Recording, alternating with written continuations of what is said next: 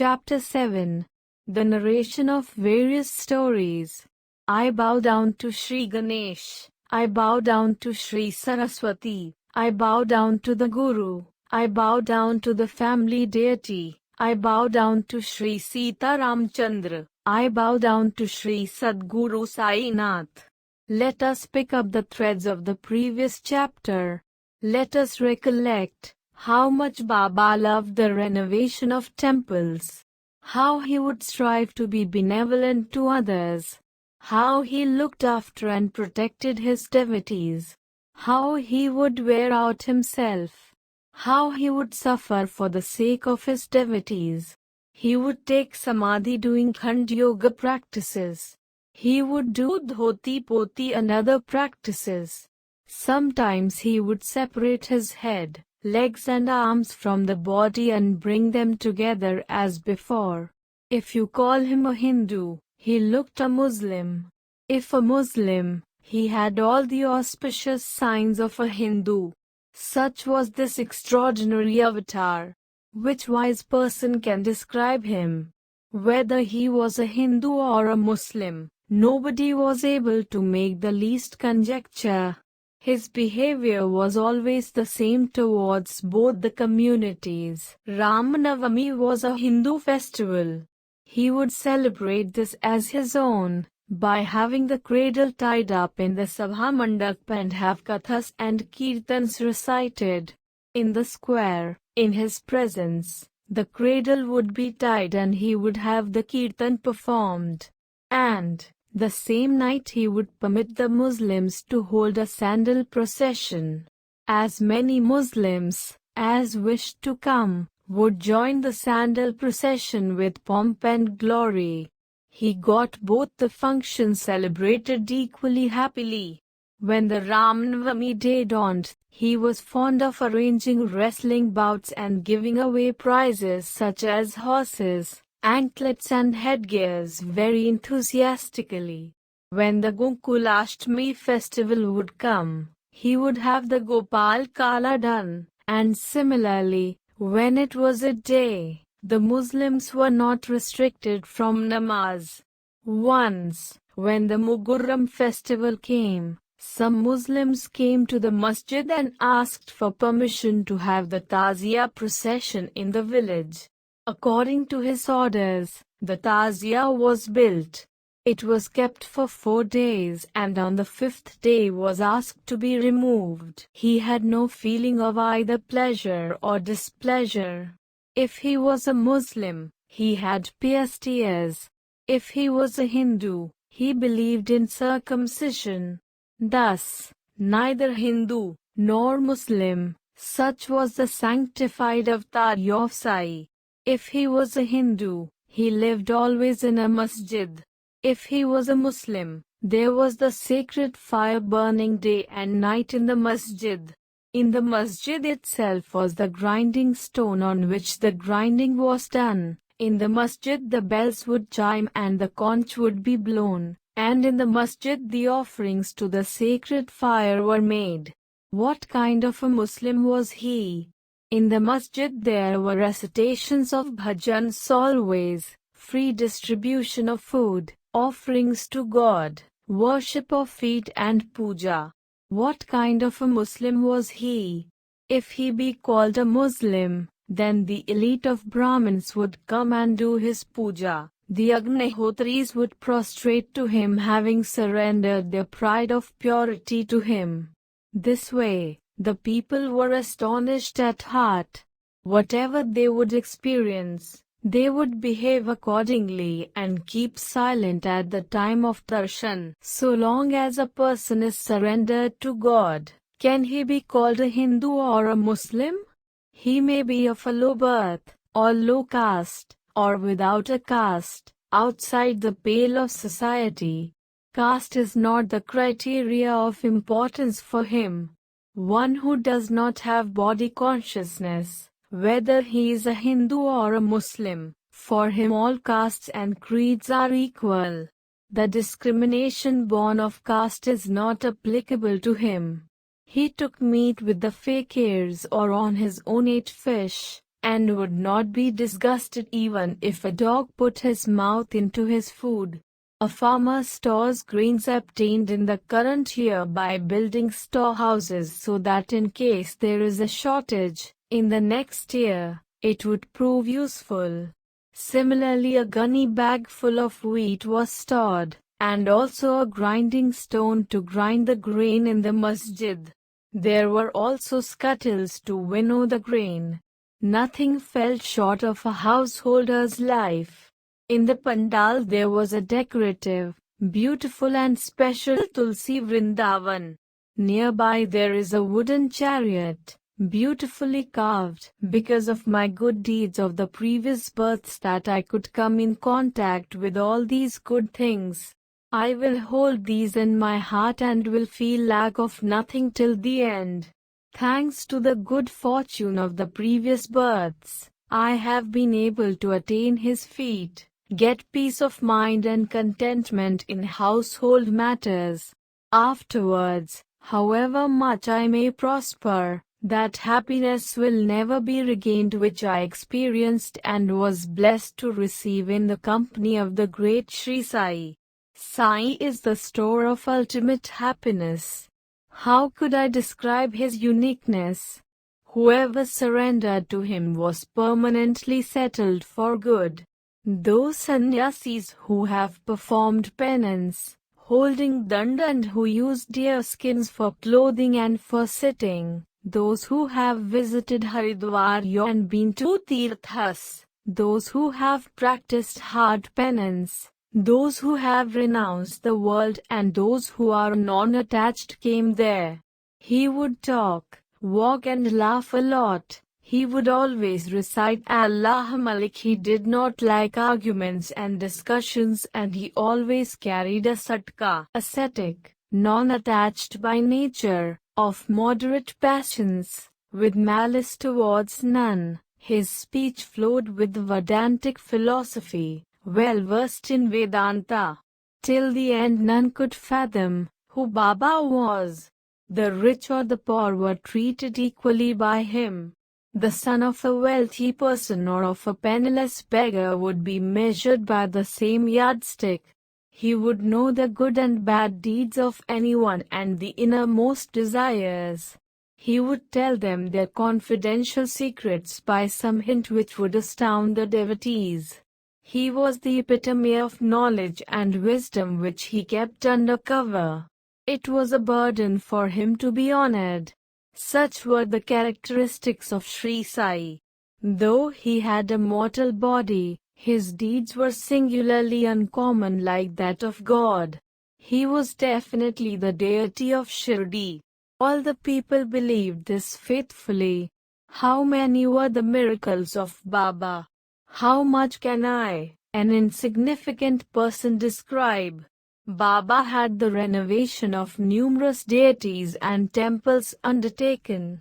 In Shirdi itself, by the hands of Tatya Patil, he improved the temples of Shani, Ganpati, Shankar Parvati, the village deity and Maruti. The money that he collected from people as Dakshina was spent in charity partly, and some was simply given away.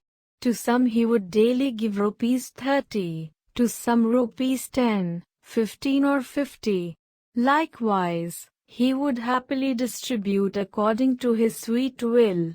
This money belonged to people of all religions, and those who accepted it were aware of this. Baba had the wish that it should be spent in a good way. May it be so. Many people prospered only because of his darshan. Many wicked people turned good. Many were cured of diseases, leprosy, and a lot of people achieved their welfare. Without putting collyrium, or ointments or herbal juices, many blind regained their sight. Those who were lame started walking just by surrendering at his feet.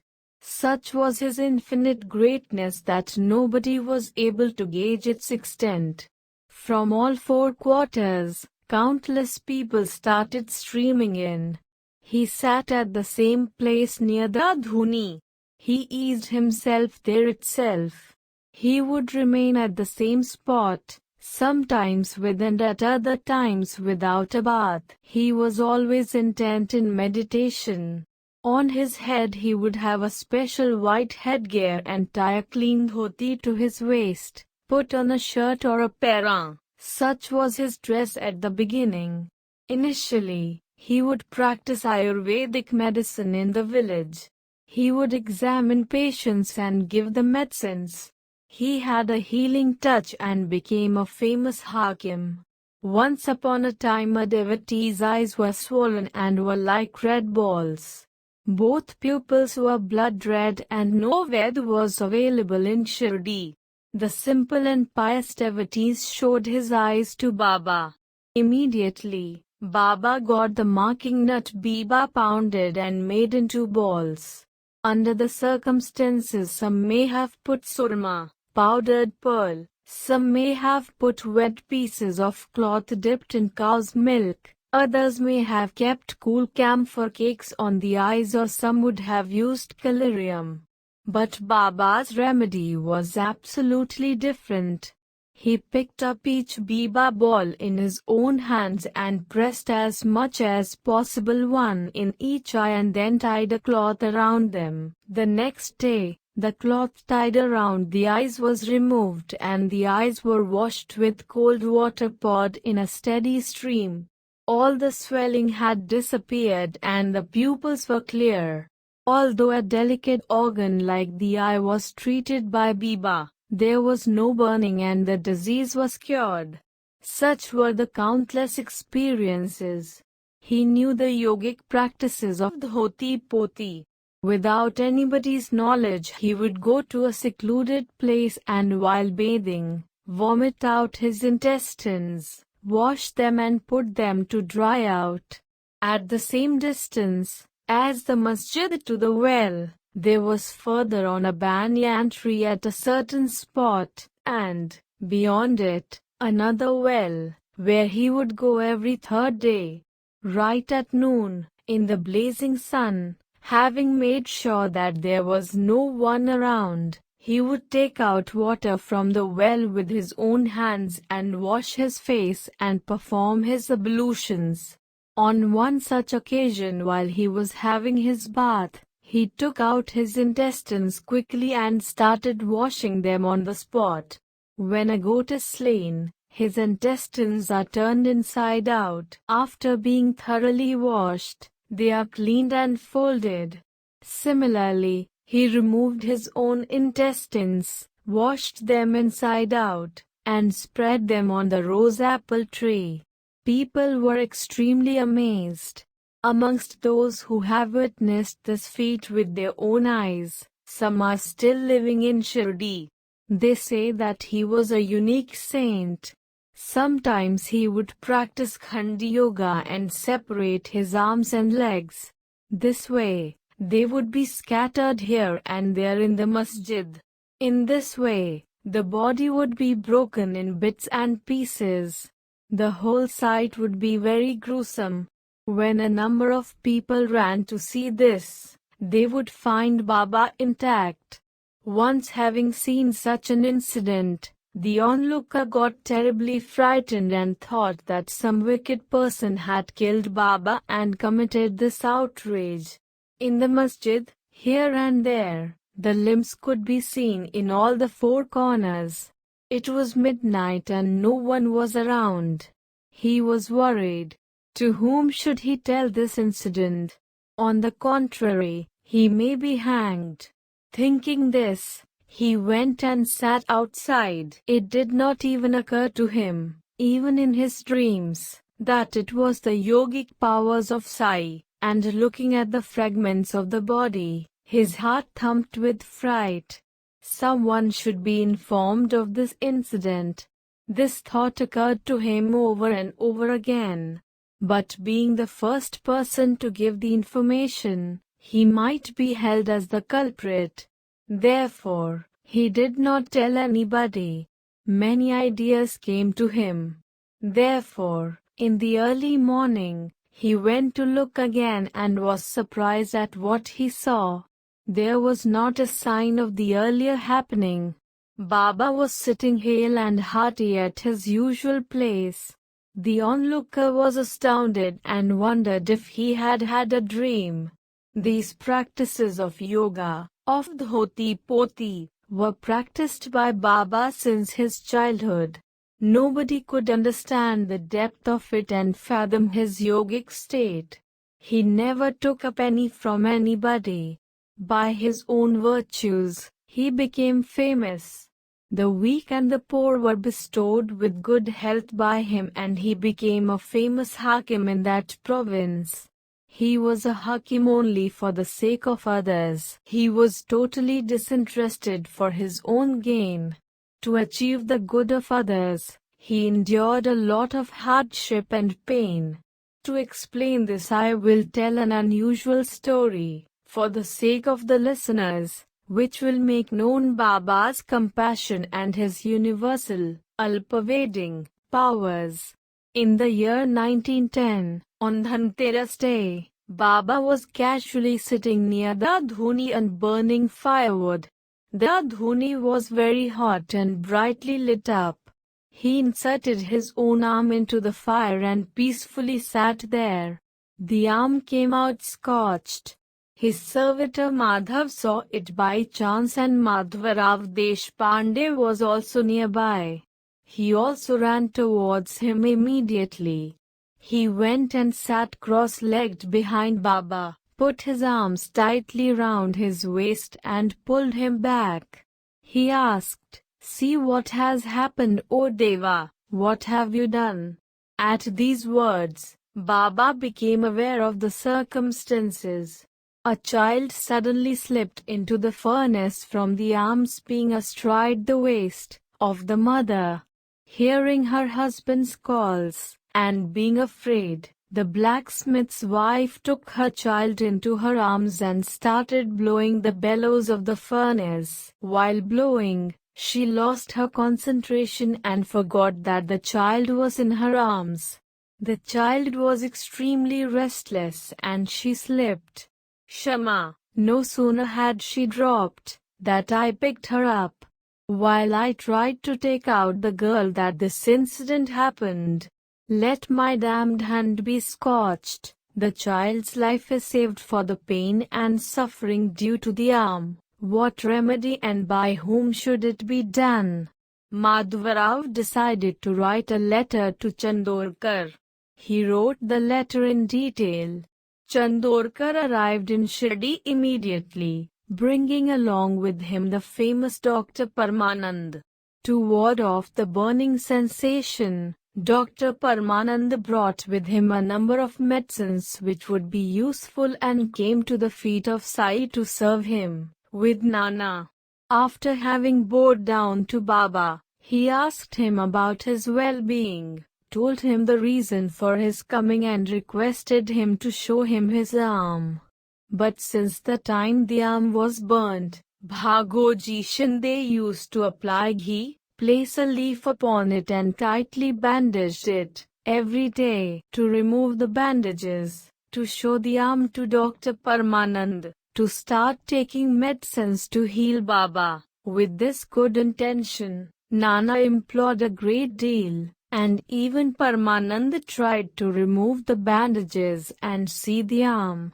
Not today, tomorrow again, the same thing. Thus he never allowed his arm to be seen, saying that his doctor was Allah.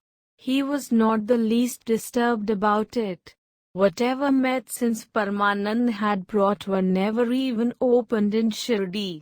But it was his good fortune to have Sai's darshan, and therefore, perhaps this incident happened. It was always Bhagoji who served him. It was only Bhagoji who would massage the hand.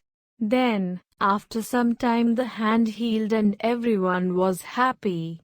In this way, although the hand was completely cured, one doesn't know what was in Baba's mind in allowing Bhagoji, every morning early in the day, to carry out the ceremony of tying the bandages.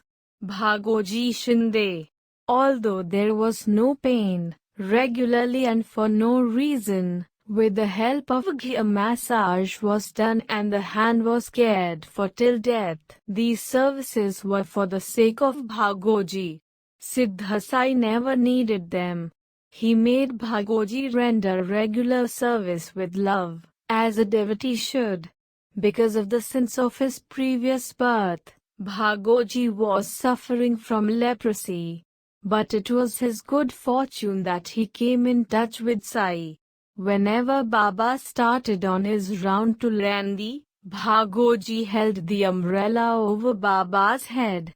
Though his body was covered with black leprosy sores, he was the foremost in his service. Whenever, early in the morning, Baba was seated restfully against the pillar, near the dhuni, it was his good fortune to be there to serve him. He would remove the bandages, massage the respective muscles, apply ghee to those parts, and thus be fortunate to serve him. Bhagoji Shinde was a great sinner in his past lives. His whole body was bleeding with sores. He was greatly affected by this deadly disease. But he was a matchless devotee of Baba. His fingers had become stumps because of leprosy and his whole body emanated a nauseating smell. Thus, the one with such a great misfortune derived fourfold happiness from his services.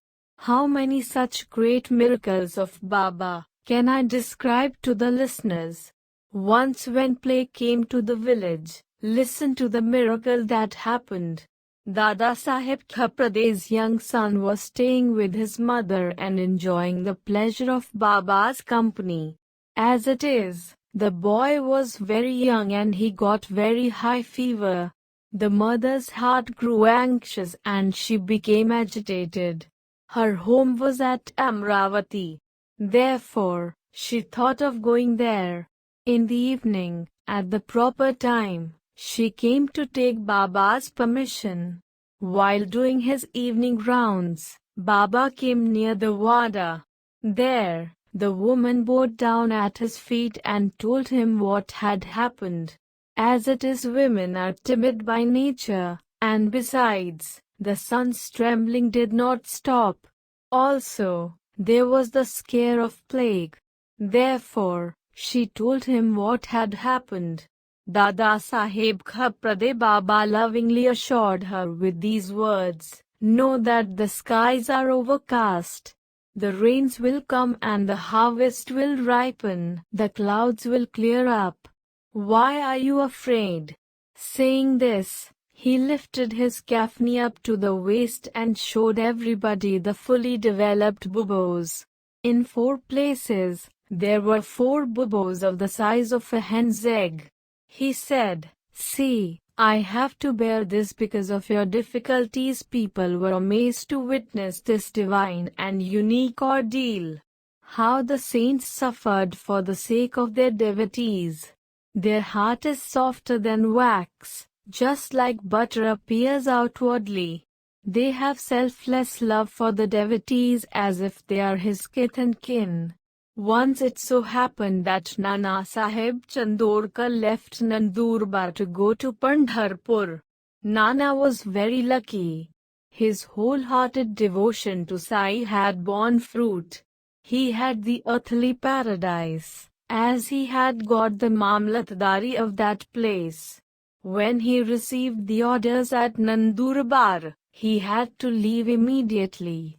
Hurriedly he made all the arrangements, desiring in his heart the darshan. Along with his wife and family circle, he thought of going to Shirdi, as Shirdi was his Pandharpur, and he wanted to pay his respects to Baba. He did not send a letter to anybody, nor did he send any message. He gathered together all his belongings and got into the carriage hurriedly. In this way, Nana started and nobody in Shirdi knew of it. But Sai knew everything, as Sai was all-pervading. Nana started immediately. He must have been at the outskirts of Neemgaon. Now listen carefully to the miracle that happened at Shirdi. In truth, at that time, Baba was in the masjid with Mahalsapati, Appashinde and Kashiram. The devotees were seated chatting. At that moment, Baba said casually, "Let four of us sing a bhajan. The doors of Pandharpur have opened. We can sing joyously." Sai had knowledge of the past, present and future. He had already learnt the news. Nana was near the stream at the outskirts, when Baba was singing the bhajan zealously. "Nana Sahib Chandorkar, bhajan I am going to Pandharpur, going. There I will stay. There I will stay. That is the abode of my master." Baba himself sang the bhajan and the devotees who were sitting around followed him. They were engrossed in their love for Pandharpur. Just then, Nana arrived. He bowed down at his feet with his wife and said that Maharaj should go with them to Pandharpur and settle there undisturbed and without any worry. This invitation was not necessary. Already Baba was in joyous mood, and people told him that he was ready to go to Pandharpur as the bhajan's words indicated. Nana was extremely surprised and seeing the Leela was amazed. He put his head at his feet and was deeply emotionally moved.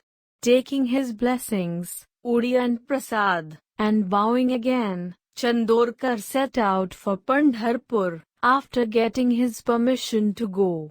If such stories are to be narrated, this book will extend beyond limits. Therefore, we shall curtail the subject of the warding off of others' sufferings. Let us end this chapter now because there is no end to Baba's good deeds. In the next chapter, I'll relate some other stories, for my own well-being. I have been unable to eradicate this ego of mine, though I am trying to do so. Who am I? I cannot understand. Let Sai tell his own stories. He will tell of the importance of human life and will tell why he believed in being a mendicant, of Baijabai's devotion and what was his state of mind during the meals. Also, how Baba would sleep in the masjid together with Mahalsapati and Tatya Ganpati Kote. Listen to that. Panthemat surrenders to Sai and calls himself an insignificant devotee, as humble as the slippers on his feet. He obeys Sai's orders and has completed the narration up to this point. May there be well-being.